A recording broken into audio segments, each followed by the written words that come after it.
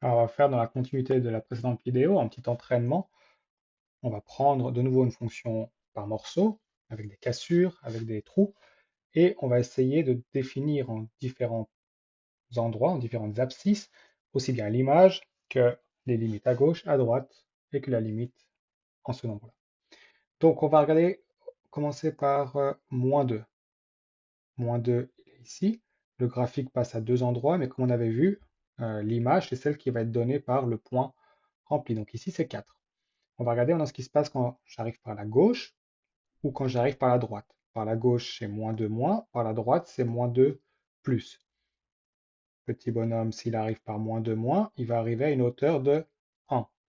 Par contre, notre personnage, s'il arrive par la droite, il va arriver à une hauteur de 4. Il n'arrive pas au même endroit. Je ne peux donc pas dire autour de -2 quelles seront les valeurs que va prendre f. Donc, elle n'existe pas, cette limite. Il faut que les deux valeurs ici soient la même pour que la limite ici existe. On va regarder maintenant en 4. En 4, je n'ai pas d'image, elle est non définie, 4 n'est pas dans le domaine de définition. Par contre, je vais essayer de regarder ce que je peux dire autour de 4. Je vais regarder ce qui se passe quand j'arrive par la gauche, ce qui se passe quand j'arrive par la droite. Là, on se rend compte que tous les deux vont arriver, les deux bonhommes vont arriver à la même hauteur. Que j'arrive par la gauche ou que j'arrive par la droite, à chaque fois, j'arrive à une hauteur de 1. Et donc, de ça, je peux déduire que la limite de f de x est 1. On regarde en 5 maintenant. Là, je n'ai pas de problème. Je n'ai pas de cassure et je n'ai pas de trou. Le trait est continu au-dessus. C'est la situation où elle est bien tracée. Donc, on verra plus tard que on dira que la fonction est continue en 5. Donc tout est égal. F de 5 est égal à 2.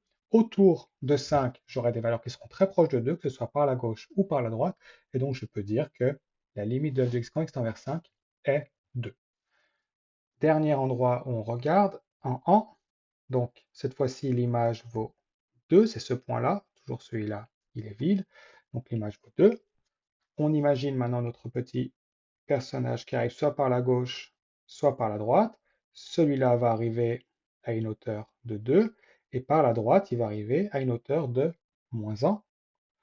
Ce n'est pas la même valeur, donc la limite en 1, on ne peut pas la déterminer, parce que autour de 1, suivant qu'on regarde à gauche ou à droite, on n'a pas le même résultat. Donc la limite de f de x quand x tend vers 1 n'existe pas.